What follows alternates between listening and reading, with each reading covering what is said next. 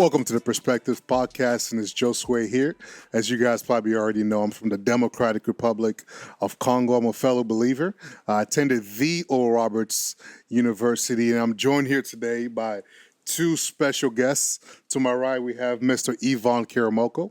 He is from the Ivory Coast and France and just all over the place. He also happened to attend the Oral Roberts University. He's a soccer player. I'm not sure if he's good or not, but that's kind of what we were told. And to my left, okay, here we're about to pronounce his name. We've been working on it before the podcast started. Pelaiah Mpande. Did I get that right? Yeah. I'm African. I got to be African. I don't know what school he went to. I know he lived in close to Austin, Wimberley or Timberley. I'm not sure. Wimberley, for a little Texas, bit. He's originally from Zimbabwe. So if you're probably asking yourself, you have Congo, you have the Ivory Coast, you have Zimbabwe here, so this is about to be a very great African conversation. So let's get started. How you guys doing? Dude, I'm good, man. I'm excited to be here. Glad to see you guys. Glad to see and meet you guys, you know, fellow African brothers. We got soccer in the house. We got Oral Roberts. Got Oral Roberts well represented up in here, man. Yeah. I was just told to call you Mfana, you know. Mfana. Yeah, some people might not know what that means. So Mfana, for what you just for a little translation there, in Shona, it's like a loose translation of kid or like dude, you know. So anytime somebody says, I don't know if you guys know the South African team, soccer team is called Bafana. So that's kind of where their word roots from. But Mfana in Shona, I didn't know that. So means loosely kid or dude. Yeah. Okay. Yeah. So one of our college friends that we're still close with today, Tafara Samampunga, he's we actually learned that from him. Yeah. So Nice. That's where I learned that. Nice. Yeah. So let's just get it started. When did you guys come to America?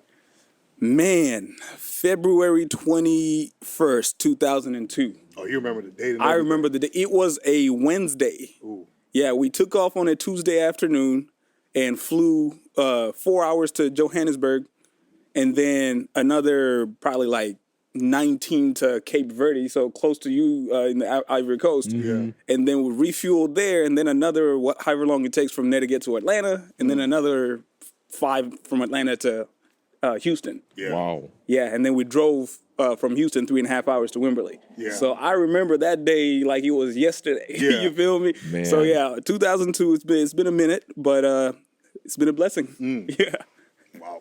Man, I came here, I want to say it was the end of January. I think it was the 29th or the 19th, one of those days, 2002 as well. Nice. I remember coming, we had this big jacket because coming to America, you're thinking it's going to be super cold, you know, in Texas. So we bought these big jackets. I looked like the Michelin Man. Right, it was like a green blue jacket. I still remember it because I see the picture. We came to America. We also landed in Atlanta. It was a very long flight. I remember, like I was telling you guys earlier, I was there as a kid.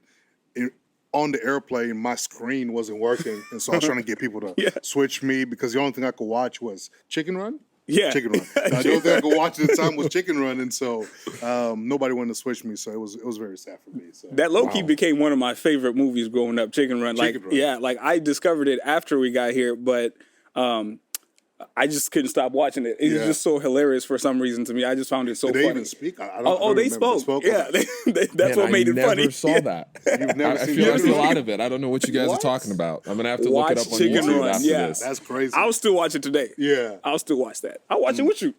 All right, let's do it right after this. Let's do it. Oh, man. Chicken Run. When did you come here, Matt? So it's almost like we orchestrated this It because seems like it. I also came in 2002, July 2002. I think I know the date, but I'm not going to say it because I just, I'm not confident that I know exactly when. So we'll just go with July 2002. Yeah. It wasn't as long as a flight for me because I was thinking about it. And I was like, man, like it wasn't that long for me. But that's because my dad so the way we did it, my dad and I came first.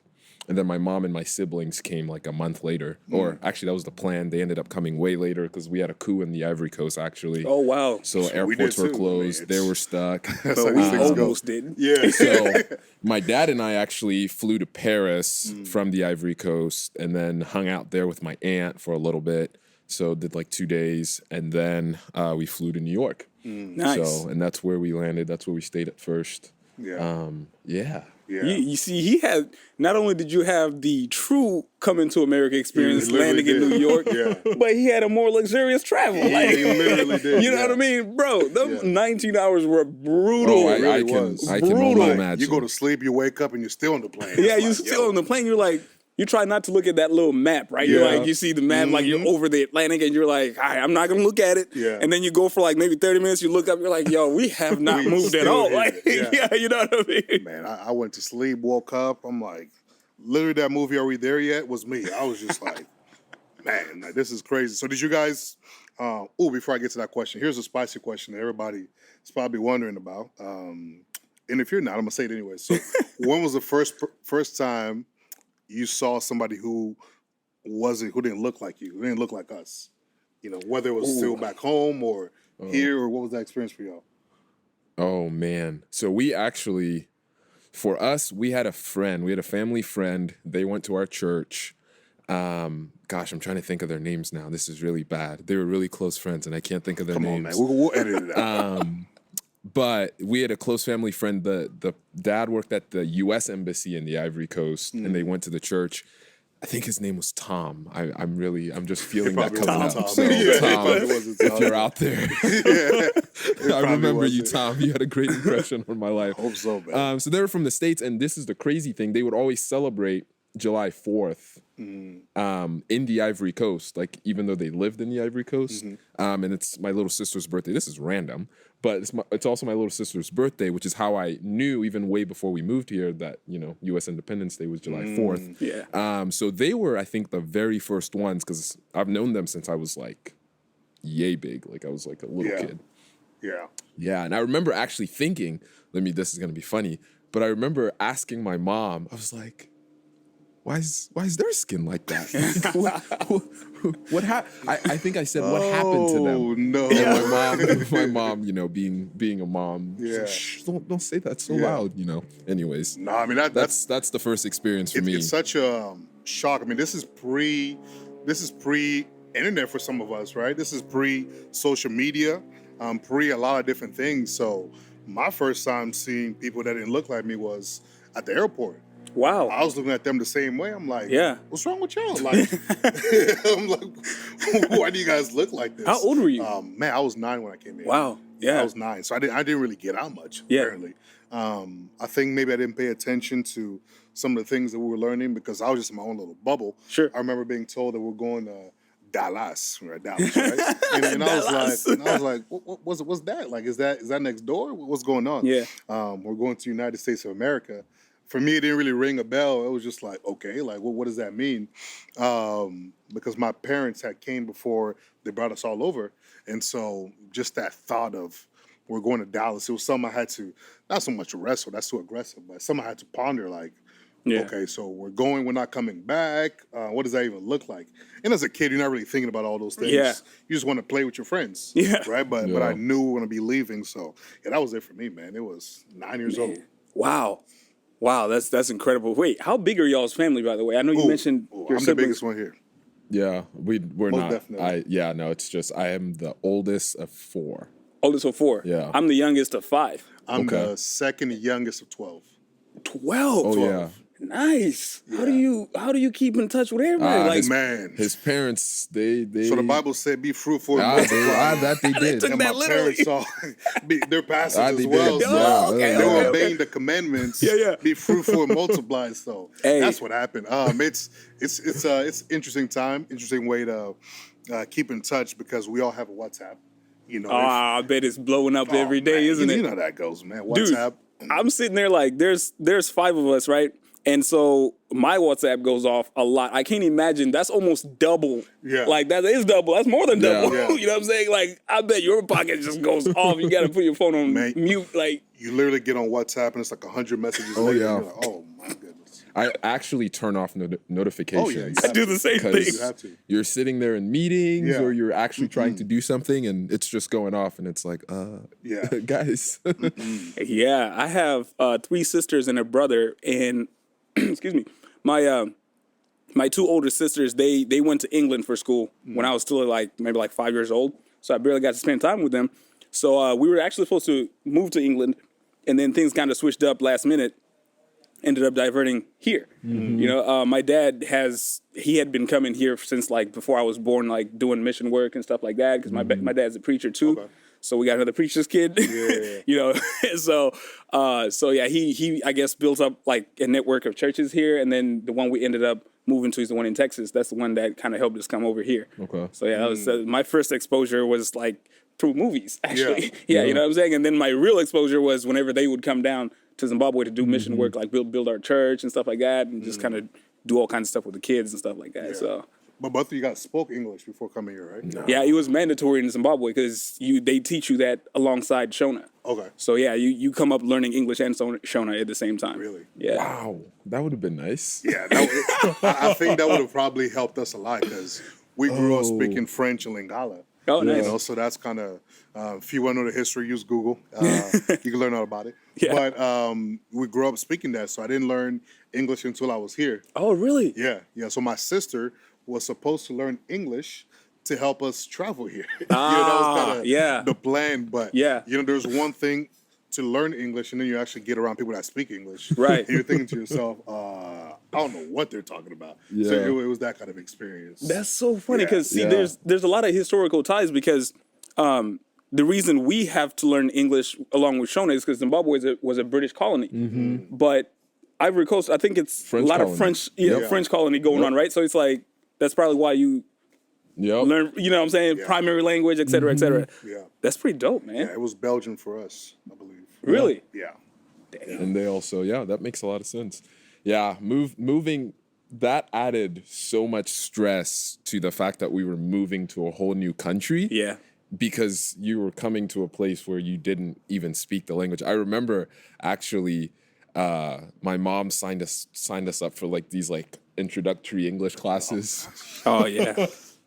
And I really thought back then, you're sitting there counting 1, 2. Oh man. They did y'all like that? And I remember thinking, man, I'm gonna be ready. Dang.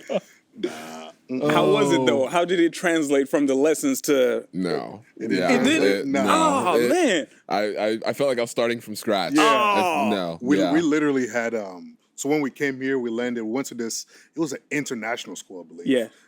There were people from Asia, from South America, from all over the world, and we were all in this one school. Till this day, I have no idea how we all communicated, how we all became friends, how we all even learned English. Wow. But we were all there for about 6 months. Okay. And after that, they kind of sent us into school to go, learn and all that, which is kind of crazy. That is, I can't imagine, man. That's wild. Yeah, but it's nice for you. You spoke English, so it was nothing for you. The funny thing about me speaking English, though, here's the thing. It didn't sound like anything like I sound right now. I sounded super British, you know what I mean? Like I was speaking the Queen's English, you know what I'm talking about? You know? It's like, I used to say pardon all the time, you know? It was like super proper. Right. So everybody was kind of thrown off guard. They're like, you speak very good English. Yeah. I was like, thanks. You don't really know how to respond to that. It's like, how do I respond to that? How do you respond to that? Yeah. You would think so, right? Man, no, that's crazy. I remember having one day walking outside. That was my little brother and I, and we were trying to go make some friends with the kids in the neighborhood because when you're young, you want to be able to meet other kids. And we walk up to a group of these kids, and they were playing, and they looked at us and they started laughing.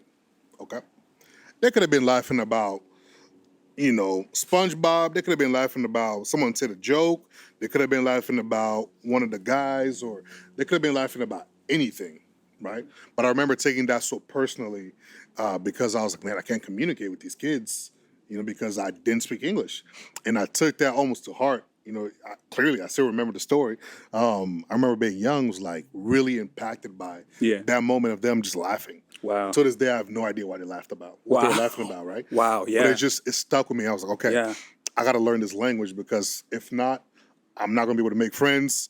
I'm not going to be able to communicate or anything at all.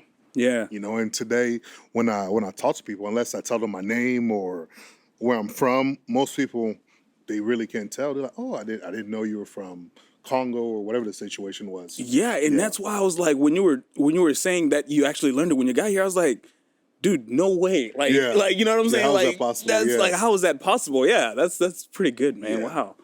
Yeah, no, but that happens a lot. I feel like that's a lot of people's experiences, especially growing up. Something that I saw on Twitter recently, which I think would actually be a great topic of conversation, is foods. Yeah. Remember being in elementary school, middle school, your parents pack you a lunch, and you show up and you're super excited about eating your lunch, and your parents got you some fufu. You got some plantains up in there. You got some goat meat or whatever the situation might be. Some sadza. Some sadza or some beignets or whatever the situation might be. Yeah. And you're excited and you open it up, and we all know how African food has an aroma. And it comes up and it builds up, and then everybody's like, ew. Yeah. Yeah. Wild. Traumatic. Like, yeah, it is. No, it's so funny you mentioned sadza. I think I attempted to take sadza to school. Oh, you were brave. You better than me. Couldn't do it. I was like, all right. I was like, I don't think we're quite there with the sadza. I think I'm just gonna rice. I defaulted to rice. Yeah. If I had to take like leftovers to school or something like that, because that was one of the ways we did it. Like I would take leftovers, or my mom, man, God bless my mom. Like she would just work and then just like give us lunch money. She would just like do all kinds of side hustles and stuff like that. You know what I mean? Yeah, I'm forever grateful for Mother. If you ever watch this podcast, Mom. Yeah, man, that's crazy. As you were talking about that, I actually remember the day that I thought of bringing food to school, and just because, even like what you were talking about with like walking past that group of kids and like them laughing, there's that almost feeling of like, I'm an outsider now. Yeah. Like you come from like a land with people that are from the same country that you know. Yeah.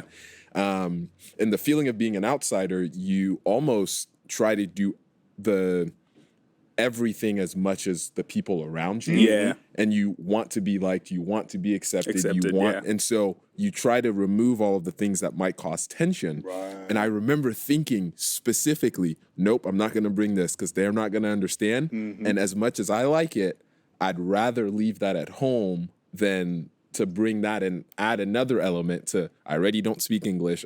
For me, it was even there was an extra layer, because when I moved here, I was 2 grades ahead. I don't know if that was the thing with you, or if you guys had Most of us were. Yeah. And so then there was that aspect, because then I was the youngest in all my classes. And so everybody else was like 2 years older than me. And I'm sitting there like, man, like I have all these barriers. So I actually left my food at home. But how was that like for you guys being here? And like, did you ever have that feeling of like being the outsider or what? And how did you cope with that? Man, I think for me, just growing up in a big family, I came back to a lot of people. And so just being able to communicate and having family around was the only way for us to cope. Actually, no, that's not true. That's part of it. Yeah. The awesome thing about living in the Dallas-Fort Worth area, there were a ton of Congolese people in the community. Yeah. Right? So a lot of the people that I grew up with, it's so crazy. It's almost as if all of our parents had kids at the same time. Right. Right? Because my younger brother, he had people from different families in the community that were his age. We all went to school together. Wow. Same thing with me, my siblings, and just everybody. Yeah. We all knew people that we went to school together with. So it was nice having the community around, because we were able to relate and tackle different tasks. For So sure. it made it a lot easier for us. I bet, man. Especially with the whole language thing that you were talking about. I Right. can only imagine like not having that community around you. That could be very impactful for sure. Yeah. For me, it was more oh my gosh, it was sports for me. Like I quickly integrated with sports as much as I could. I played soccer. And then for the longest time, they kept pressuring me to play football, because in Central Texas, that's the religion. It's literally like the quickest way to be accepted in the family if you play football. So I played football for 1 year, and like that's when you start feeling that transition from outsider to he played ball. We can eat barbecue and talk about the Cowboys or whatever. You know what I'm saying? And so But it took me a while, though. It took me a while to even learn the sport because back when I was in Zimbabwe, like I watched a movie that had football in it. I can't remember the name of it. Some old movie with football in it, and then I remember just watching those pads, and then just like, what is this game? Like people are just like out to take each other's heads off. Like, what is this? This is not rugby, but what is it? You know? And then I moved here, and then they're like, yeah, you should play ball, dude. Like you're fast. You know what I'm saying? And I'm sitting there like, after what I saw, like. I had some very graphic images of football in my head, so I was just sitting there like, "There's no way I'm playing that sport." And then when I told my mom, "Oh my goodness," Yo, I remember, Ooh, bro. Continue. Yeah. See, because as I was saying, like I played 1 year, and there's a reason why I played 1 year. Yeah, my parents are a big reason why I played 1 year because my mom wasn't having it. You know, it was one of those things where I was just like, you know what, I'm just gonna do this because I wanted to be accepted so bad. So I was like, I got to prove myself one way or another. I'm signing up. And I just showed up to 2 days and it took me out. Like it did, man. Like one workout after because we would go like at 5 a.m, then come back at like 6 p.m. And then I remember just showing up, just beat down. I was done. Like I just laid on the recliner and I was out for the whole night. You know? And so long story short, that's kind of how I kind of integrated into the culture because sometimes I think about it. I'm like, without sports, how could I have done that? You know what I'm saying? Yeah. So it was something else, man. But I guess in Texas, football is the quickest way. Nah, football really is. I mean, even just to the point of classes, I remember having this experience. I like to call it an experience because obviously, you know, you came when you were 12, I believe, and you were how 10. old? 10? Okay. I remember having... So all of us know how schools are in Africa. You know, it's teachers are to be respected and feared and all that stuff. I remember I know where this is going. I remember being in class and I'm sitting down and, you know, I'm a good African kid, being a good African kid, paying attention and all these good things. And I remember seeing these kids talk back to the teacher. And I'm like, yo, what's going on here? Like, no one's being disciplined. Nobody got beat. No one got hit. I'm like, what? You know what that just reminded me of? It reminded me of Trevor Noah. I don't know if you guys saw this skit. He was, you know how Oprah opened a school in South Africa, right? And so Trevor Noah goes, I'm pretty sure Oprah was down there like, all right, before I head back to America, y'all got to promise me you're not going to beat these kids. You're not going to spank these kids, are you? And then Trevor Noah goes, oh no, Oprah, we will not, we don't spank here. Here we beat. we beat. That's literally what, I kid you not. Oh my gosh, that's perfect. I kid you not. One That's of hilarious. my classmates, the teacher hit her so hard, I didn't see her come back to school. Like, I don't know if she's still alive. I don't know if she was in the hospital. Oh no. I don't know. If we're gonna edit this out, we gotta. No, it's not funny. It's funny now, but back then it was terrifying. I was like, yo, what's going on? But that was my experience. I remember seeing that, and so it empowered me to also. Then I started also making jokes in class, and I don't know. That was my experience. That's kind of how I became a class clown or whatever they like to call it. Yeah, it was. I can see that. I can see that. I was always talking in class. I was wondering the same things. Like I would go to class and just the back talk would just get me, bro. I'd just be like, yo, nothing's gonna get done about this? Yeah. Like I was like, yo, we're low key free out here. Yeah. Like this is really the land of the free. It like really, you know, America. land of the free. So you guys heard that phrase too? Okay. Yep. Sure. Yep. Yeah, man. Oh man, that's funny. Yeah, we were terrified by our teachers. You like gotta be. it's literally even a compliment from a teacher would just be like, what are they gonna say? What are they gonna say? And then if it's a compliment, you can breathe for a second. And then just hope nothing else is said. Just go have a seat. Don't even look at them. Just go sit down. You know, it's over. Just take the compliment. Yeah, I was the top of my class, you know, back in the day because they did the whole system thing. Yeah. And so even just to that point, coming to America, math was easy for me. Nice. It was super easy. Yeah. That was the only thing I could understand was math, right? Numbers guy. Yeah, but then you get thrown in English and what the heck is Texas history and geography and all these random things. I'm like, I don't know what's going on, man. I'm just in this class. I gotta be here. Yo, low key, Texas history was fascinating for me because I didn't know that. I thought they only taught Texas history. Like in every state. Oh. I just thought everybody learned Texas history. It Oh, wasn't you until I did? went to college Yeah. that I was like, oh, you guys don't learn You Texas guys didn't learn history? Texas- Yeah, okay, that's a little bit weird. That's funny because that's actually something that can be looked at as, let's say if you were talking to somebody and they didn't know you were from the DRC, they'd be like, that is such a Texan thing for you to say. Because you know how Texas is like the most proud it state. is. You know what I'm saying? It's like we're By like super far. proud. It's like, I would ask a question like that. Like, y'all didn't learn Texas history in Yeah. California? Yeah. You know what I'm saying? Like, no, but Texas history was fascinating to me, man. Like, because when you learn about Shaka Zulu and like African history and stuff like that, you're thinking, okay, your I guess your visualization of warfare is different. So I Right. was very fascinated by that. I was fascinated by the muskets and the different kind of weaponry and the strategy and stuff. Like everything was just a little different. I was Yeah. like, okay, that's how they did it.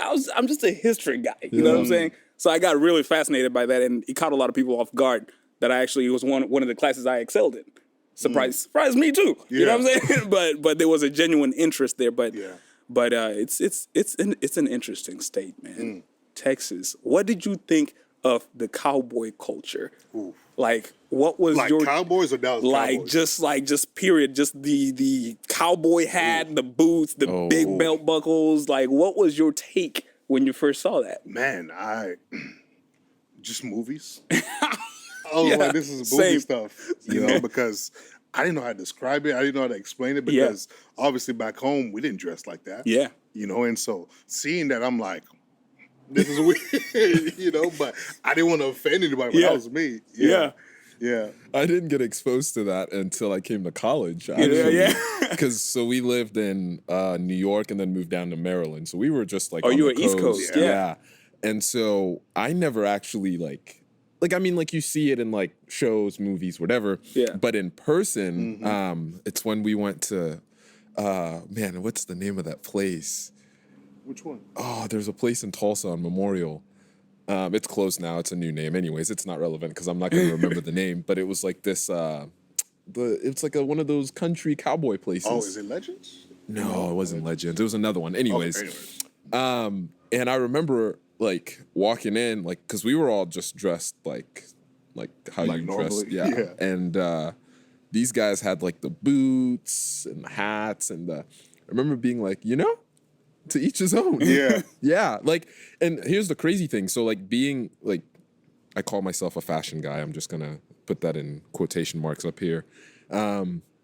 I actually appreciated like some of the elements. Random story, a buddy of mine just got me my first pair of cowboy boots. So I just got a pair of cowboy Nice. boots. I've never tried one on. Because I went to one of his birthday parties and it was cowboy themed. So like that was a thing. Yeah. And I wore all my Dallas Cowboys gear because I didn't have any cowboy gear. So I was like, I'm gonna be funny. I'm gonna wear a Cowboys jersey, and he had me wear his boots and was like, man, these are really expensive. And they were okay. If you've never tried a pair of cowboy boots, I don't know what brand or whatever. I don't know if they're all comfortable but they were some of the most comfortable shoes I'd ever worn, which they wouldn't look like it because I usually do like the loafers and all that because I like to be comfortable. They were as comfortable as some of my most comfortable loafers. Wow. I don't That's know. surprising. Yeah, I was. Yeah, so he gifted them to me. So that's a really thing, surprising. And I even remember, speaking about school and crazy experiences that really shocked you. I remember going to a friend's house once, and he had a disagreement. I should call it that with his dad. And I remember the kid. Let's just say his name was Brad. His dad's name was Brad. He was like, "Shut up, Brad! I hate you." And he slammed the door, and I was like, I almost passed out because I could never go to my house and utter those words to my parents and be on this podcast right now. Like that would have never happened. So for me, that was a culture shock. That was like, you called your dad by his first name, you told him to shut up, and you slammed the door? I was... What's the word they use? Dumbfounded. Yeah. Yeah. I was dumbfounded. Like that was amazing. I'd never experienced that before. That's so funny because have y'all ever experienced this small little detail? My brother and I used to catch it all the time when we first moved here. So like your first sleepover, at a friend's house, right? I remember arranging the whole thing at school, and my buddy would be like, "Hey, so you're coming to my house this Friday, right?" And so I was like, "You have a house?" Because when you say my house in Right. Zimbabwe, you're thinking the kid owns the house. Yeah. You know what I'm saying? I was like, "You have a house?" And he's like, "No, like I'm talking about my family's house." Because in Zimbabwe, you're taught to say our house Yeah. or our home Or or my whatever. parents' Or my house. parents' house. Yeah. You don't claim what ain't Yep. yours. Yeah. You know what I'm Yeah. saying? So he said, "You coming to my house?" I was like, "Dang, these kids got houses too." America. Let's Yeah, go. bro. I was like, "Yo, this is really the land of opportunity, land of Opportunity freedom, to home of the free. brave, Yeah. man. Like, Yeah. I'm with it." You know what I'm saying? That's crazy. How was y'all's experience like that first sleepover? What was that like? Oh, Man, if I could even go to one, because I don't know what it was, but it was like, it's almost as if you go to sleep at your friend's house and then you're going to be attacked by all sorts of things. Yes. I'm like, we're just going to be sleeping. We're like, what's going on? I guess back in Africa, people didn't really sleep over people's houses. Yeah. So, Yeah. So for me, it was almost like a no-no. Like, you want to go sleep at their house? You have a bed upstairs. And I don't know. That was weird. yeah. That's really funny because I remember the very first time, because the way my parents did it is everything, they both had to be in agreement, and you couldn't go to one and get one answer and then go to the other and get the other answer.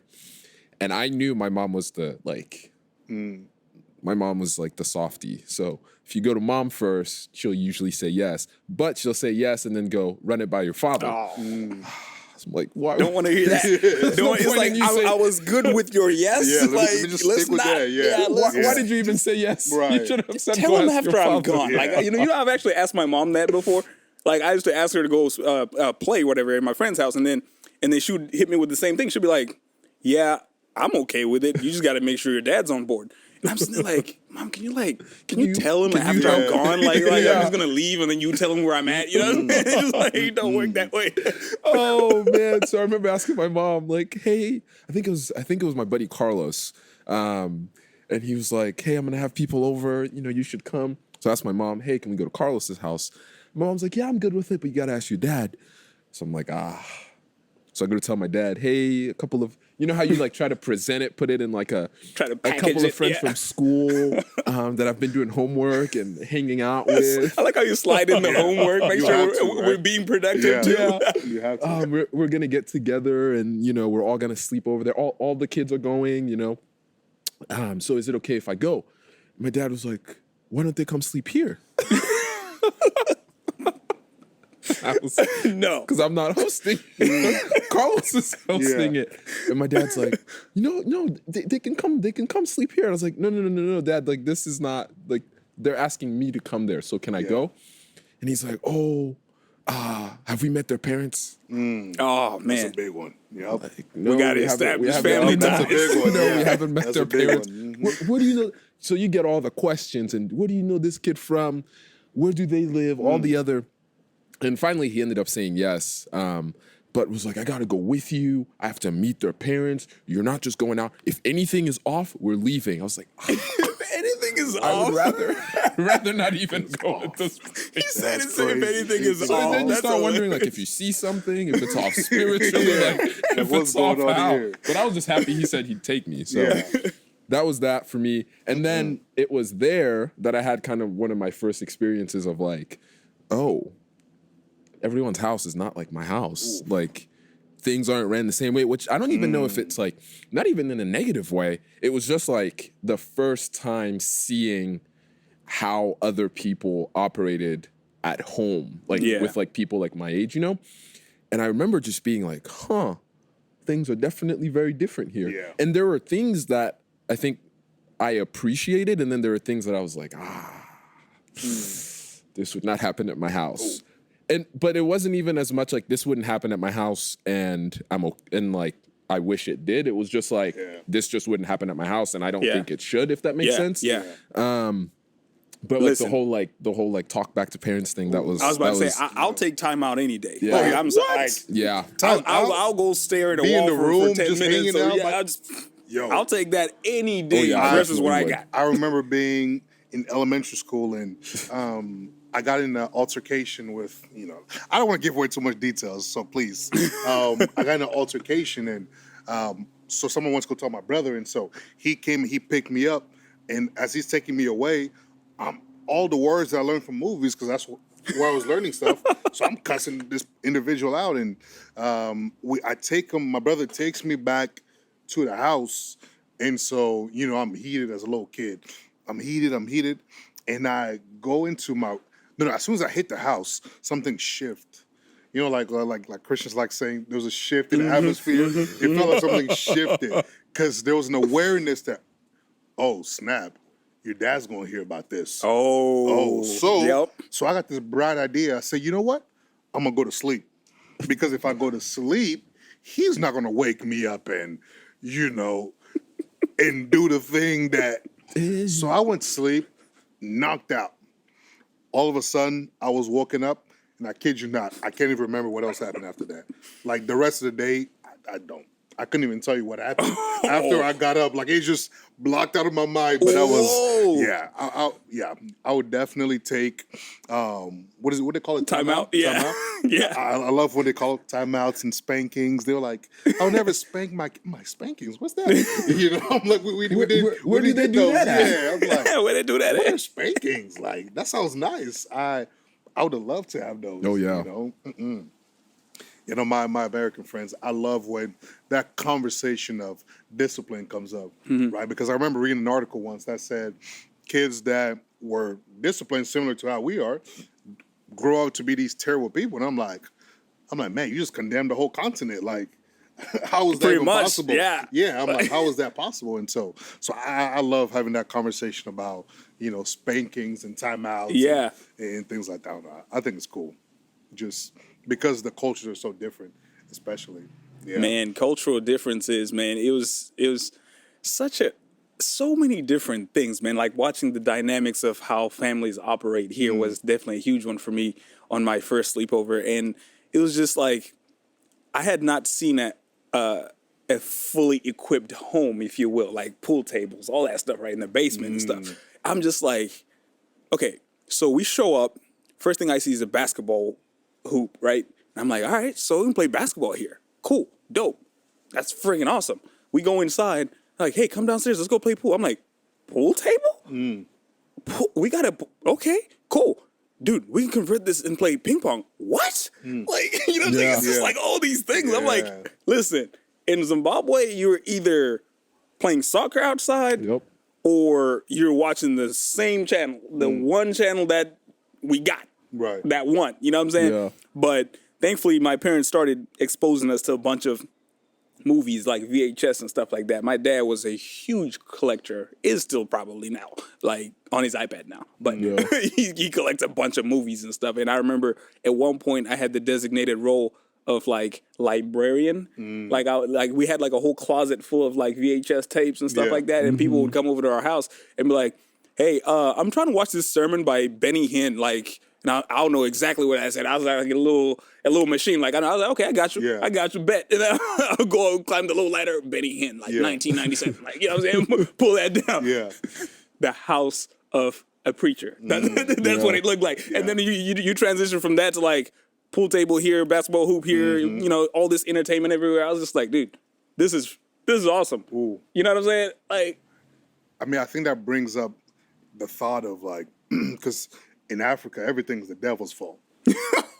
Something goes wrong, it's the devil, right? So there's this over spiritualization of literally everything. And I remember like, sorry, let me get it together, right? So there's just an over spiritualization of just literally everything, right? And I think that even goes a long way into why they ask all these different questions because of our backgrounds and where where we come from. And I remember, not that this has anything to do with that. I was going somewhere and I completely lost it. No, that's cool. Also another story, I remember being in high school, and this is probably one of my funnier stories. No, I have a lot of funny stories. I remember being in high school and I joined a wrestling team. Right? So I was on a wrestling team and I started doing my thing. And so at the time I didn't drive. And so my dad had to come pick us up. And so he's asking, man, like, why are you always staying after school? And so I told him, well, I'm on the wrestling team. he said, "You on the what?" I said, "Yeah, I'm on the wrestling team." And so he goes, "You got to quit." And so I'm like, "Why do I need to quit the wrestling team, Dad?" And so he tells me, so my dad thought it was like WWE wrestling. He thought you were like He thought it was flying. like he thought I was jumping on the ring and doing all these things. And so he said, and I quote, "When you get hit by a chair, they'll come." He said, when you get hit by a chair, he thought you were going to WrestleMania. My dad thought I was in WrestleMania Your 5. dad right? is the best. That is Some of his hilarious. quotes. That is. I said, so funny. I said, what? Like, what's going? I mean, I don't know how you got. I'm sure most African parents are probably similar, but my parents do this thing where, for example, the TV's not working or just something like that, and they'll call you. Mm-hmm. Right? Oh goodness, that And was me so- too. Yep. And I'll come. And I'll just say, "Oh, just fix this, that, and the other, and it works." And they're like, "Oh my goodness, engineer! That's why we sent you to school." It's like everything you do makes you an engineer. That's why we sent you to school. I'm Look. like, "Oh man." My dad was convinced that I was going to work in some sort of computer industry, some tech. He thought I was probably going to end up doing IT stuff because of that. It's like he would get a laptop and not know how to do everything on it, and then I would spend maybe a couple hours on it and have the whole thing figured out, right? Because solitaire, right? Yeah. It's like you want to play games. yeah, It's like that's all you're trying to play do, it, right? yeah, So it's like, yo, I'm trying to figure this out. And so you figure out one thing for him, he'll be like, you're his go-to from now on. Yeah. You know what I'm saying? Which is crazy because most of that, like you said, just has to do with there's something on, whether it's a computer or iPad or whatever it is, that we want to get to. And so we figure it out for that purpose. Yep. But as you were talking about that, I was even thinking of like generationally. So like how much older are you guys than your siblings? So you're the youngest, you said. And then Ooh, my younger brother is only 2 years younger than me, okay. but the other ones are older. Yeah. So like how, because one thing I was thinking about, so I'm the oldest, and so my youngest brother is 10, trying to be a good big brother here. Yeah. He's 10 though. And I feel like generationally, like access to, not even access, but like ease of use for technology just kind of comes. Because like for us, there's probably, when you think of like video games, so that was like one of the big things for drivers, kids. And I feel like that kind of translated into like the tech era of like computers and DVD players and all of those things where it was like more native.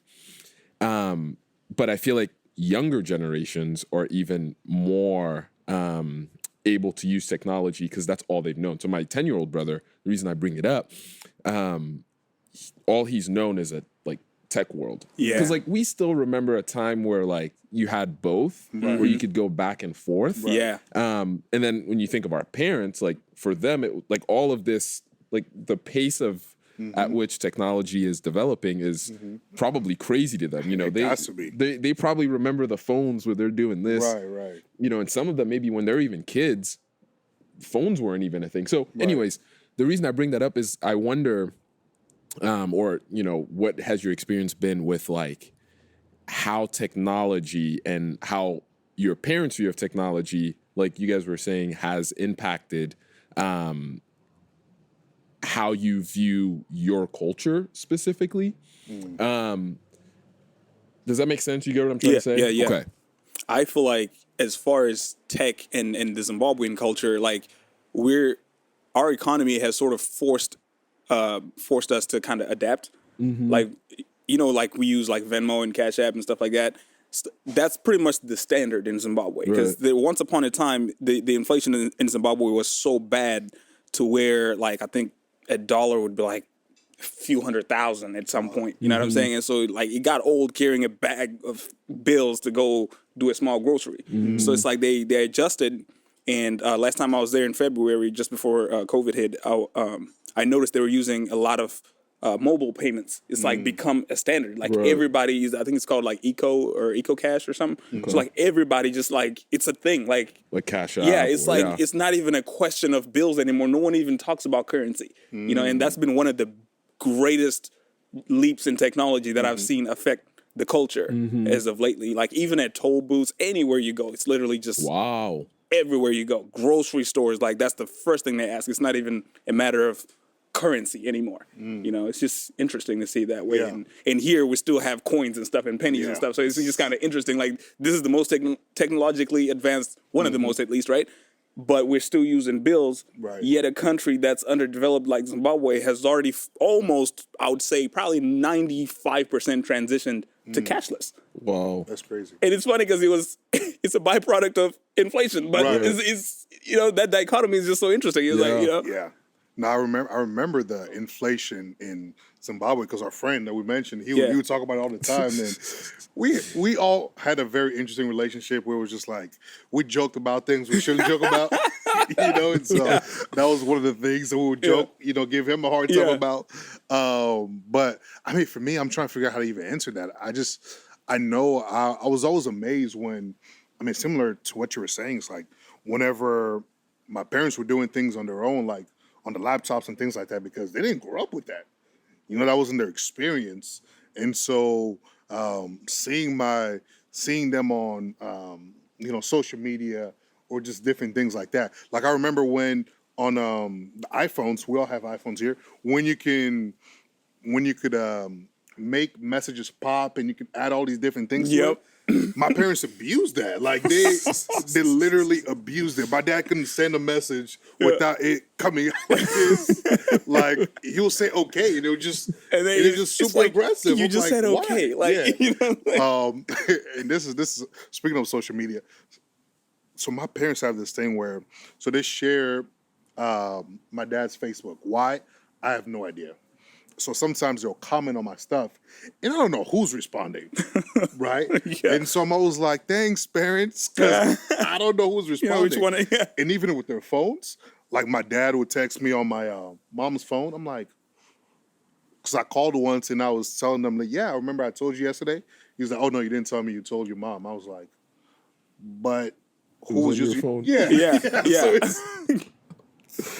It's one of those things where I'm like, technology, I would imagine the older we get, you know, because kids, as if I'm old, kids nowadays have all these different apps that they're using, and I have no idea what any of those things are. Wow. You know? Yeah, it's crazy. Yeah. It's funny because speaking of apps, my mom, she finally, when she finally got her first iPad, she stuck to one app. That's it. YouTube. I'm just gonna get on YouTube and watch my Nollywood movies. Oh. That's it. Good old Nigel movies. Yeah, so when she's on an iPad, everybody knows what she's doing. Like, don't bother me. Like, when mom picks up the iPad and walks out the room and just parks it somewhere, it's like, we all know, don't holler at mom. She's just watching her Nigerian movies. She loves it, man. It's just so funny to watch that. It's like, you weren't even using a laptop, like, you know what I'm saying? Like, a few years ago. It's like, once she figured out YouTube, it was a wrap. You know, YouTube was big. I mean, for a lot of us, I would imagine. What are some of the things that you noticed about American culture that you were like, yo, that's weird that they do that, but you knew that was not acceptable at your house? Ooh, man, I'm gonna have to defer to you on that one. That's Man. Got to think about this for a second. Oh gosh, I'm definitely that's gonna a have serious to question. think. You just went real deep there for a second. I had to switch it up a little bit. No, you good, you good. No, but dude, one of the greatest things I noticed though, in terms of like the differences in culture, is it was something that I think we might have touched on this earlier, but we were talking about some of the things that we can, I guess, learn from each other. Mm-hmm. What's something that you guys think your culture specifically in the DRC? I know your dad's wild and stuff like that, and the way your guys' household runs. Like, what's something they can learn from American culture that you would like to see? Man, I think that's a great question. We'll come back to my question later. Joking. No, I think that's a great question. We had a Congolese dinner. Shout out to Perspectives. We had a Congolese dinner, and so I invited a lot of my friends, and there was probably like 50 of us. And my mom was there, my siblings, and their spouses were also there. And so we talked about everything from marriage to different dynamics within the marriage, kids, respect, and all these different things. And I remember the one that really stood out to me was when they were talking about like the role of the wife in the house. and how that's so different to the independent woman here in America. And all of my friends all the girls that were there, their eyes were just huge. That's so funny. Right? Yeah. So yeah. I think something that I've really learned to admire about the American culture, in a sense, is that dynamic between men and women, right? Because I feel like we do a terrible job at it, right? Because we use that wives be so. Mid-tid. Oh, you Yep. guys already know Yes, that verse, yep, right? yep. So that's an area where I'm like, I feel like this is something that we have to do a better job at. 100%. I didn't see that in my house. Both my parents are pastors, Yeah. so I can see this mutual respect that they have for one another. But just the culture as a whole, yeah, that's definitely something I'll go with. And it's funny because going right back to your question, because you did say we'll come back, right? And Yeah. here we go. So so going back to your question, it just triggered something as you were talking, that I noticed that would never, ever, ever fly in not only my family, but it's frowned upon in my culture. Moving in, bro. Boyfriend, girlfriend, Boyfriend doing and who? what? Yeah, Doing bro. what? Moving in. Come on, like, man. When I remember when I first learned that was a thing, I was just like, Moving whoa. Yeah. Yo, talk about freedom for real. Yeah. Like, yo, you can move in with someone you ain't married? Move in? Yo, like when my parents, I could tell they were trying to shelter me from that as much Yeah. as they could. But I was like, Mom, we were gonna find out. You know what I'm Yeah. saying? It's not like we're gonna do nothing about it, because there's no way at this point. It's like you've raised this enough to where it's like it's Right. unacceptable, right? You've already accepted that. But that blew my mind. I was like, you mean to tell me this kid at what, like 19 years old, he's off to college and he just moved in with his girlfriend? Yeah. And my parents would be like, that better not be you. You know, I better not hear that from you. You know, and I'm just like, yo, like, nah, you good, Mom's like, Yeah. I ain't gonna do that. But y'all, like, what was your guys' take when you first discovered? Man, there's, I feel like, and you can maybe even apply this to a lot of different things, but with that specifically, there's the moment of like, this can't be real. Yeah. Like, and I think that's even, a part of it. Like, even growing up in America, I feel like there were things that our parents tried to like shelter us from, but that you were already exposed to just because school, friends, like just living here, you saw and you would go, huh, that's interesting, which is really interesting when you think about the idea of like train up a child in the way that he should go. Yeah. Because many of the things that even we're talking about now were things that we were like trained up in, that when you saw what was opposite, you went, oh, yeah, this isn't it. Yeah. And I think good or bad, because like we were just talking about with the whole like role of the wife in the household and all that. Yeah. I remember when my wife and I were going through premarital counseling, right? Because you almost replicate what you saw at home, and my house was very much like my mom, like professional, still works, but would make sure dinner was cooked, or at least like some arrangement was made for us to eat. Like there were like all the traditional gender roles, right? And so we're going through premarital counseling. My wife's Caucasian, white, I don't know what politically correct term we'd like to use here, and her household was completely different, right? And so I remember in premarital counseling, which this is really funny, premarital counseling we did with an African pastor, but it's not what you expected. I know you guys all I'm ready to hear this. I want to hear how this turned out. Yeah. and it's not actually. He didn't go the way that I expected him to go. That's good. Excuse me. He starts talking about, he asks us the question of, so who's going to be doing what around the house? And, being me, I was like, I'm going to let her speak to like, what Smart to expect. man. Smart man. And she's like, well, we both live in the house, so whoever makes a mess cleans up. And she starts going off about some of these things. And I'm thinking, this guy's going to call my dad and tell him your son is doomed.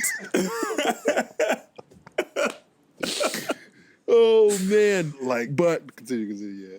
So he's listening, and like the Oh yeah.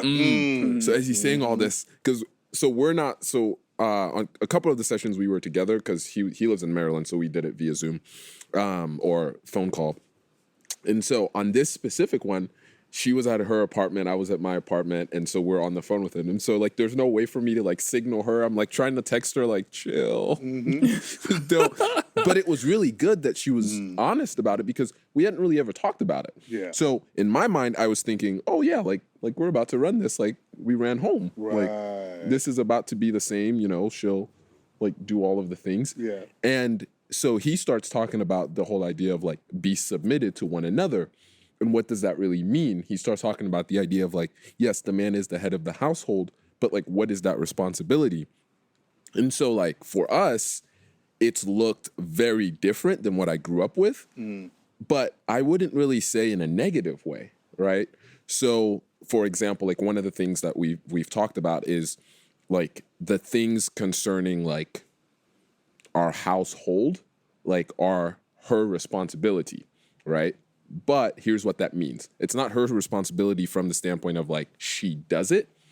It's what I've delegated to her as the leader of the house. But that doesn't mean that I don't help, right? So, hey, I need an extra hand with this, or can you do this? Like dishes, for example. Like that's like the common joke of like, man, this guy's at home doing dishes. Yeah. And I'm like, why wouldn't I if I love my wife? Right. You know what I mean? Like, and I'm not saying like, our parents didn't or anything like that, but like, to me, there was this like shift of mindset that went, okay, if we both are contributing to this, because, there's even the whole idea of like how societal roles have changed over time, right? So when a lot of these cultural norms were established, it was in a world where the man goes to work and only the man goes to work. The wife stays at home with the kids. That's where, that usually came from. And as time has gone, obviously, things have changed and things have moved around. And I think there's still there's definitely still the place of order and how things should run. And I think it's going to be different for everyone. Yeah. But the idea that like you're assigned a task and that's it, like that's all you do, or you're assigned, a thing and that's like you're responsible to get, not just to be responsible over it, but you're also responsible to do it all by yourself. Like that's I don't know how you guys feel about that, but I just thought of that as we were talking about it. I think that's real, man. I jokingly, sometimes I like to joke with my friends just to get people's reactions and whatever. Yeah. But that's always one of the things where they're like, what if your wife doesn't cook? I'm like, if she doesn't what? It's like just jokingly. I'm like, what do you mean she doesn't cook? Because like what you're saying, that's the model that I saw at the house. Yeah. So I'm sure you get a lot of reactions out of that one. Yeah. Yeah. But to me, in my mind, I'm not thinking like you have to cook type of deal, but it's just what I've seen. Sure, yeah. It's my sisters, I have 6 sisters, and that's kind of how they are. You know, if we go to if we have a party or whatever at the house, my sisters, if their husbands are there, they'll come and they'll serve them. You know what I'm saying? Yeah. That culturally, that's just what we do. Yeah. And so I think that's a big one. That's a big thing, especially when you're bringing cultures that are not very similar together. Oh, yeah. And there are these unsaid expectations that we all already know and just walk by. Like, I think one of my favorite stories, saying hi to people that are older than you, right? At a party. Yeah. Oh, man. You have to walk in and say hi to everybody. To everybody, right? So my cousin messed up once. We were at a party. We're all upstairs hanging out. All of a sudden, he walks away for like 5-10 minutes. He comes back upset. He's like, I'm like, bro, what's wrong with you? So apparently when he walked in the house, he didn't say hi to somebody. Oh. And that individual that he didn't say hi to called his parents and told them, yo, your son is disrespectful. Oh, no. You know what I'm saying? It's the ones that call, the uncles that call. Oh, I'm like, man. you had time to call the parents and tell them Bro. that? And then he was just upset. I was like, man. That used to be the story of my life because I was such a shy kid. So for me, it was never a matter of disrespect. Right. I'm like super shy. Like I'm like, what do I even say? You know what I'm saying?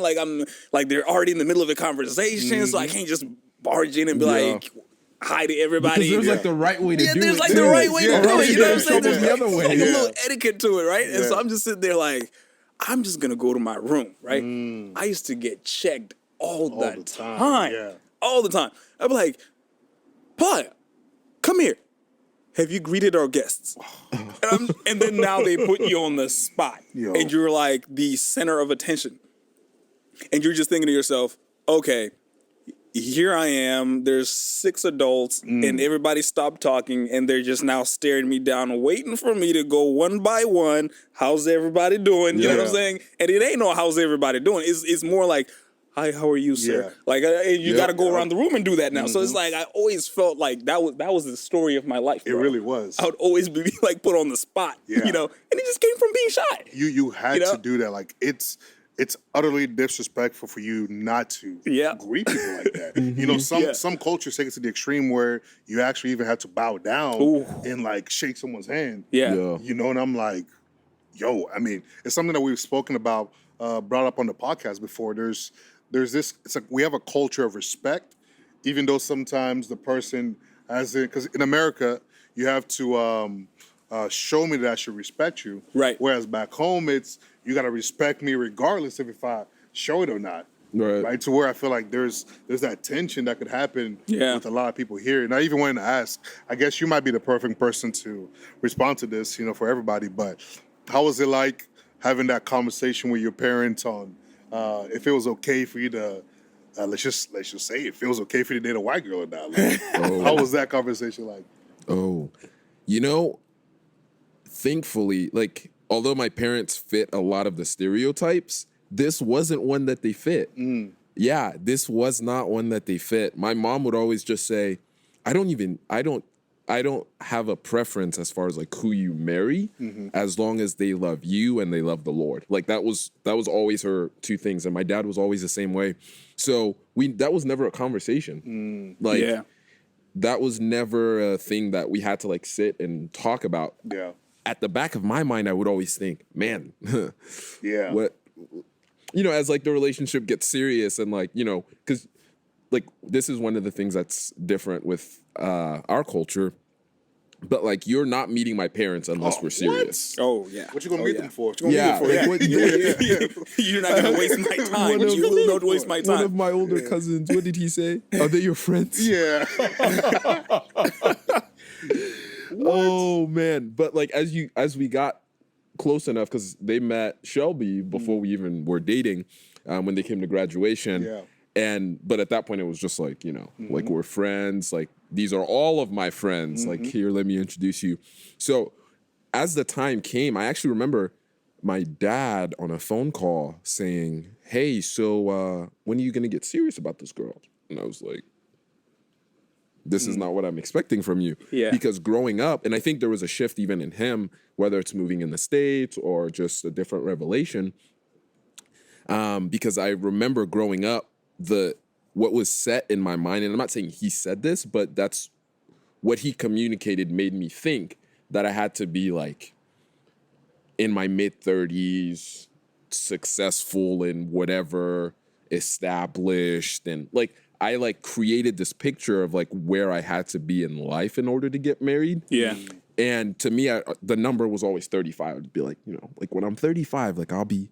So he brought this up, and I was 25, and I was like, I'm still a decade out. what? But yeah, no, it actually really wasn't much of a conversation. It was just, you know, does she love the Lord? Does she love you? And I think as we spent time with them and as they spent time with her, she's also very interesting. Like, you know her. Yeah. She's not, like, even I was thinking of what you were saying about the whole serving food Right, thing. right. Like, she does that. Like, but it's never been a conversation. Like, we'll be out and she'll bring me a plate. Like, we were at a Super Bowl party last week, and I could tell it was like a little bit weird for some of the other people, because she was like, "Oh, what do you want?" And I was like, "Oh, I'll just make my plate a little bit later."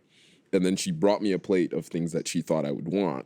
And like, I think it goes back to, because there's like there's like our culture, and then there's like kingdom culture, right? So I think the more we lean towards kingdom culture, like people will be and will do what we don't even expect. Right. Here's what I mean by that. You know, every time the word speaks to husbands, it says, love your wives. Like, that's your responsibility. Love your wife as Christ loved the church. Love your wife. If you love your wife, she'll be submitted.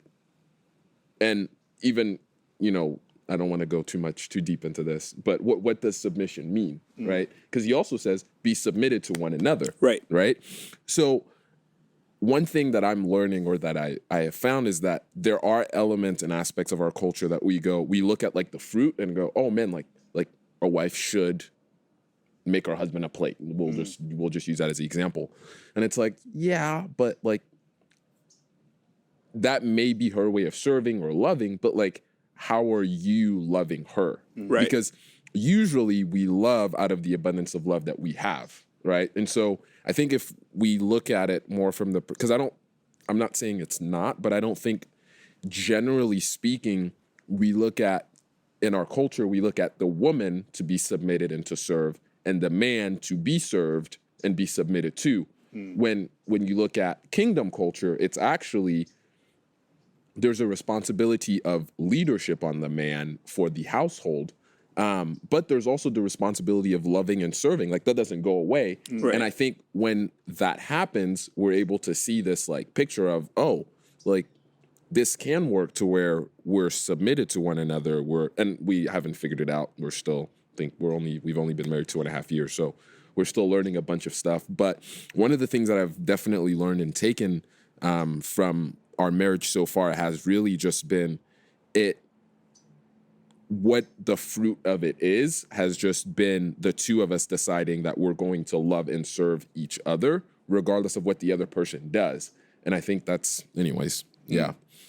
Don't want to go on a soapbox there.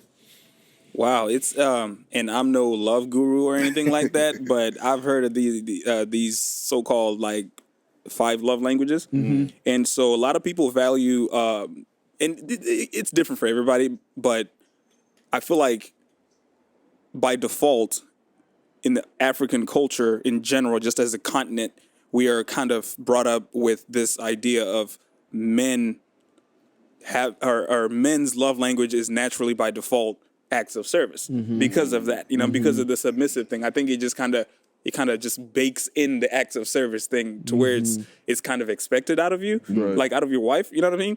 And so as far as me, I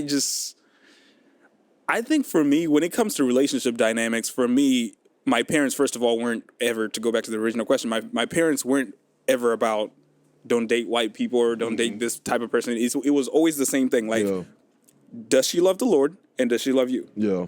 Period. You know what I'm saying? But just to add a little caveat, having grown up in a place like Wimberley, where we are literally the only black family, that you could sense in my mom, there was that little concern of, I just hope nothing goes wrong if you choose to date anybody outside your race, because there's certain things, and we've seen a lot of it in today's, like the police stuff, you know what I'm saying? All the political stuff we see, you know what I'm saying? It's like, my mom had that little concern. It was a valid concern, because something can happen and she can be good. I might not be so good. You know what I'm saying? And so I could see that in her, but at the same time, she would never tell me to, like, stick to my kind of people. Like, that was never conversation. Yeah.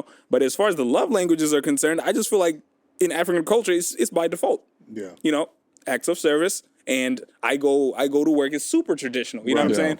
Right. But and then the beauty of growing up in Texas, though, is you meet all kinds of different women. See, Texas is, people consider it conservative, right? But there's a lot to be learned in that conservatism, if that's a thing, right? And mutual respect and being submissive to one another is the big one. You know what I'm saying? Because that's one thing I've noticed growing up in Texas and then living in other places like Florida, California, that sort of thing, right? It's like, you notice the women are different in each of those states that I've lived in. And one thing I appreciate about women in Texas, shout out all the Texas ladies, is they value their relationship like in such a way that I haven't seen. You know what I'm saying? From being in America, you know what I'm saying? It's like in Africa, you're taught, you know what I'm saying? You're taught to value your husband. That's a big shout out. You know what I'm saying? Yeah. But it's like the valuing of a relationship is one of the greatest things that I've noticed that's different when you go state to state. You know what I'm saying? Some states, people have sort of like an entitledness to their relationship. You just take, not, not so much give. You know what I'm saying? But in Texas, a lot of the times, it's really a genuine give and take relationship. You know what I mean? So it's just one of the things that I pointed out. Wow, the ladies of Texas. That's Shout a out to all the Texas ladies. Shout out to you guys. Wow. This So podcast in is other for you words, guys, if you're looking for a lady, go to Texas. Go to Texas. That's kind of what I'm hearing. But there's a song about ex. Never mind. Yeah, no, similar to you guys. I never really got that from my parents either. Yeah. I guess because there are believers, so for them, the main focus was, do they love the Lord and do they love you? Yeah. But with the little caveat is, we would prefer if she was. We would prefer if she was. Congolese. We wouldn't be upset. Yeah. Like that would make it a lot better. But I understand it though. Yeah. I understand it because they can relate to them more. Right. You know what I'm saying? Like, because I could imagine, like, I bring I'm gonna introduce someone to my parents, and she speaks their language. Now they're just joyful for no reason. They're just happy. Yeah. Right. She knows the culture. She knows you come in. Hey, mama. You Yeah. get this whole thing, right? Yeah. Whereas, like, you could bring somebody else. She could just be African American or whatever. And then you have to kind of go through all of these different things. The procedures. She has to learn, and there's just a lot more that comes with it. Yeah. So I think for them, they would prefer if it was somebody, of the culture, but if it's not, at least make sure the number one thing is that she loves the Lord. Yeah. Because for them to feel like that really supersedes anything else that you could bring back. And I feel like with African parents, especially migrants, right? I feel like part of it also has to do with, they kind of have to look at it and say, well, we did immigrate from our continent, and so we can't let that be the reason that our kids struggle with relationships, because you're all the way in Dallas now, you're all the way in New York now. It's like your choices are limited in terms of homegrown. You know what I'm saying? Right. It's like me, for example. I live in Wimberley. There is not a Zimbabwean in sight. Yeah. You know what I'm saying? So it's like my parents weren't gonna just be like unreasonable and be like, go back to Zimbabwe and marry this chick. Mom, I don't even know this chick. You know what I'm saying? It's like, I got to start knowing her. I got to start learning her. You know what I'm saying? Yeah, we speak the same language. We look the same, but do we even know each other? It's like that coming to America thing again. It's like, you know what I'm saying? It's like, we've already picked out a wife for you, Prince Hakeem. You know what I'm saying? It's like, and he wants that genuine connection. You know what I'm saying? And so it's just so interesting. I think from their standpoint, they're looking at it as, we brought the kids here for a better to secure a better future for them, but we can't let that hinder who they end up with. So we might as well at this point open it up to saying, listen, does she love God? Does she love you? Period. Yeah. You know what I mean? No, I think that's always an interesting thought. There's even the thought of when you have I don't know where there's the point of emphasis. I think even just, I don't really know what I'm talking about right now. But no, I think that's a great point though. I mean, you really do see that happening, and our parents having the heart for that. Yeah. It's like, I could only imagine how hard it must be to move to another country, take your kids away from, their people. Right. And moving to a place like Wimberley. I don't even know where that's at. Right? I mean, I don't know how you guys did it. I used to get that question a lot. Like, how did y'all find Wimberley? You know what I'm saying? How did y'all find Wimberley? Of all the places y'all could have moved to, y'all chose Wimberley, And then so I was just sitting there like, I don't know how to explain that.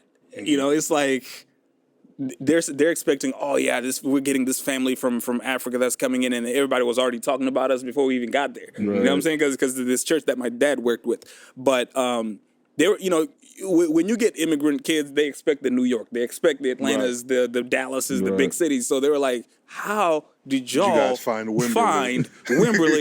Because it's literally, and at the time that we moved, Wimberley wasn't even what it is today. Today it's even more so well known because of social media and stuff like that. It's a cute little town. You can take a lot of nice pictures there. But back then it was just like literally one main street that just cut through the town, and that was it. And so people were really blown away by how all the way from Africa to Wimberley, how, Where did you guys move over there? Was it New York first, you said? Yeah, we lived in New York first and then moved to Maryland. and Yeah. they're still there. He should have came to Texas. I feel like a lot of. I mean, I feel like Africa, Texas does have a lot of diversity. It does. I just recently discovered there are a ton of Ethiopians in the Where? Dallas-Fort Worth area. Oh, really? I had no idea. Prior to COVID, probably a year ago, I would have probably been able to only tell you one Yeah. in his family. But Wow. since COVID, I'm just like, what? Where do you guys come from? Like, I guess it's like a hub for them or something. Random Ethiopian food. Oh, yeah. So good. Oh, Ethiopian food is Just fire. random shout out, but Fire. yeah. Yeah. Yeah, Ethiopian food is different. Oh. They have that. What's that thing called? I don't know. I don't know the names, man. I don't want to just- be disrespectful, so I I don't just even want to saw say the it. But they have that thing that they, because they don't usually eat food like we do. Mm-hmm. They have that one bread-looking thing. I'm Bread-looking sorry. thing. I'll figure it out. I don't know what it's called. We'll put it in the description below. Joking. Link but in the yeah. description Yeah. below. But they have that thing that they eat. Speaking of, Twitter is such a funny place. So I saw this tweet where it was like, it said South Asian food, or you can just put African food is so weird in quotation mark, and then it was like, what is a meatloaf? You know what I'm saying? Like they say our food is weird, Yeah, but they have you eating meatloafs and whatever salad, and I'm just like, what is this? Okay, so I still don't get two things: potato salad and coleslaw. What is a Listen. Let me tell you something about coleslaw. I See, coleslaw. I'm a big potato salad guy, but coleslaw that came like that. That was always in me because coleslaw is a staple in Zimbabwe. So that was just like I was right at home with that.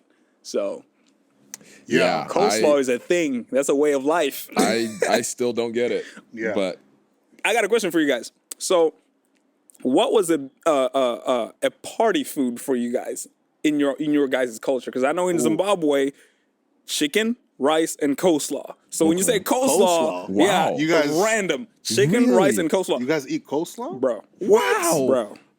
that's Telling you. I didn't know that. Every time I go to Cane's, there's coleslaw. I'm like, throw it away. Give me some bread. Like, Give what me is extra coleslaw? bread. That's what. Yeah. Like, coleslaw? What's a go-to plate at a party?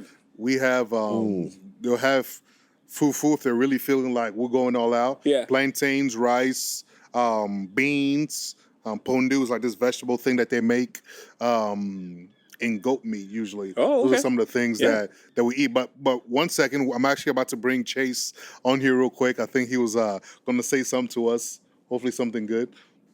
Yeah, I wanted to add this. So, gotta say, I love this conversation. Yeah. I love seeing like each of these cultural differences and like y'all talking about preserving those once you come over here and like preserving the positive parts of that culture. And Yvonne, like what you were talking about, like that adding in to kingdom culture and Yes. basically taking all of that into perspective Yeah. and really pursuing that and honoring that. Because I think your parents all love that.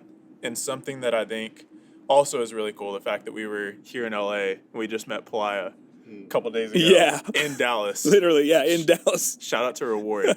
But I think something that'd be a good question, I think I would love to hear, because I think each of y'all are going to have a different perspective on it, being from a different culture, is what is something that you think American culture could learn from each of your cultures, and a positive part of y'all's culture that we could adopt here, just to honor and everything like that. So, yeah.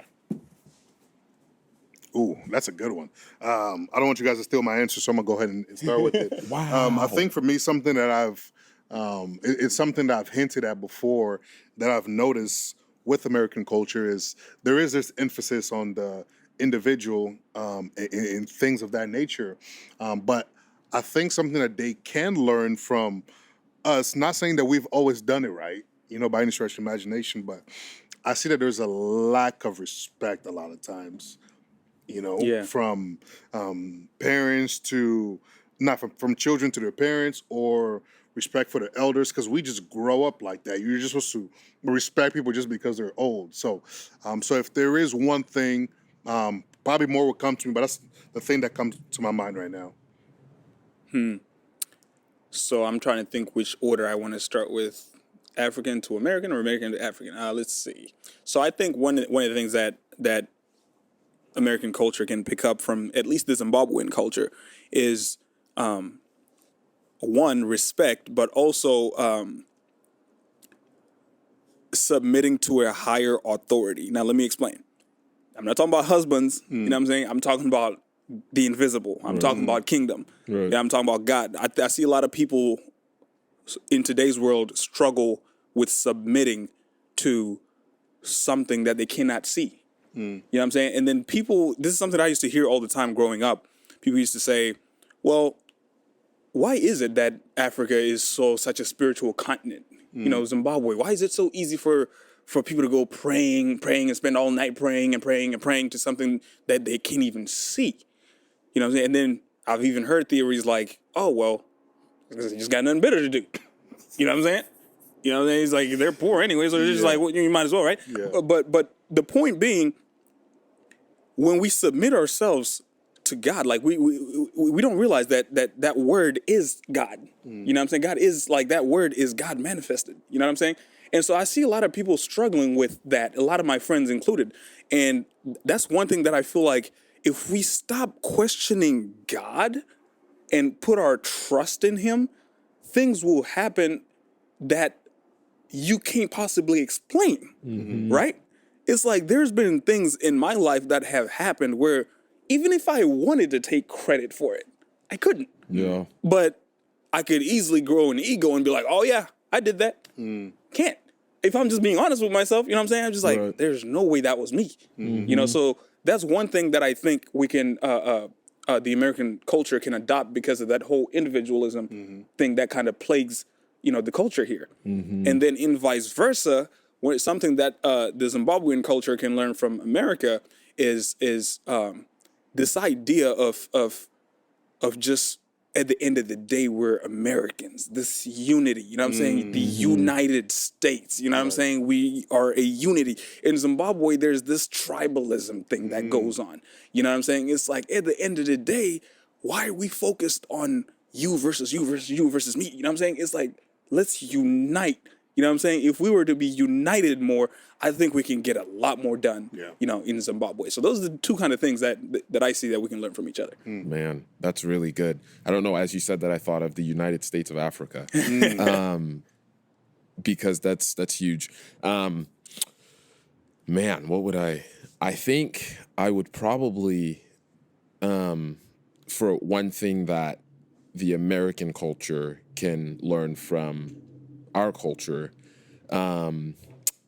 would probably be the idea. Man, it's a little bit of off of what both of you guys have said, but I think is really important. But the idea of like freedom to be, and I don't say that loosely, but I think, you know, even like a common joke is like, if you go back to your African parents and talk to them about what you want to do, a lot of times it's like, you're gonna be a lawyer, you're gonna be a doctor. Yep. That's it, actually. Yeah. Yeah.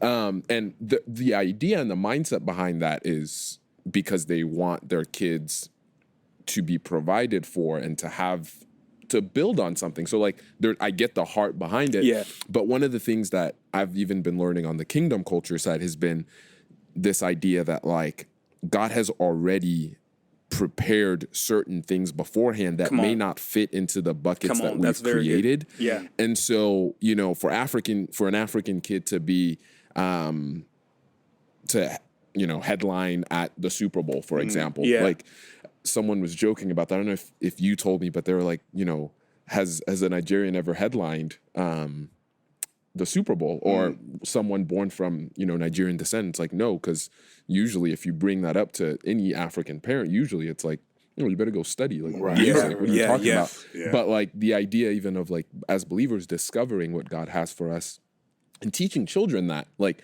it, you know, it's not even as much like there are endless possibilities, but like, you're to discover the things that God has already prepared. And they may not be what we normally think, you know, are the traditional things. So that's one thing I would say. And then, so that's from our culture to American culture, or American culture to our culture? Yeah. American culture to our culture. And then one thing I think American culture can adopt is really along the lines of like, respect and honor, because, you know, when you think about the fact that kingdom culture is a culture of honor, Yes. right? I think many times and many reasons why people don't know how to honor even God is because they don't know how to honor authority. Wow. They don't know how to honor parents. Yeah. So if you never honored parents, like, I'm not gonna honor God. Like Wow. it's taught. It's Yeah. you learn it in stages. And that's not even to say American culture doesn't have honor, but I think like it's an area of growth. Right. You know, that culturally, if we look at that as something to grow in, it will help even beyond, you know, honoring parents. It'll go to honoring God, because then there's the reverence, but without reverence, there can't really be honor. So that's No, what I I'd mean, say. both of those are really phenomenal answers. And I Yeah. think, just as we probably mentioned earlier, this conversation could really just continue and go on more and more and more. But I think this would be a good place to land it. Hopefully, sometime we'll be able to have a part 2 and be able to add more chairs. Yes, sir. To this conversation. But thank you guys for tuning in to the Perspectives podcast. We hope to have you guys, you know, come back next time and watch us and listen to us in this new format that we're bringing out. Thank you to Pelaiah. Hey, thank you all. Thank you to Yvonne for thanks for coming having on me. and just sharing all your different stories. I'm sure that we're able to learn a lot from this. And as always, we'll be able to put their information in the description below so you guys can follow them. Look for them on Facebook, Instagram, ask them questions. What did you mean by this? What did your parents mean by this? You know, just continue that conversation even more. And we hope that this was something that was able to be inspiring and help us all, you know, learn something, you know, as we are on this side, learning from the American culture and also hoping to offer something to American culture. We hope you guys can do the same. So hopefully we'll see you guys next time. Thank you for listening, tuning in to the Perspective Podcast. I'll see you next time. I don't know how you did it. I was trying to do my best to remember.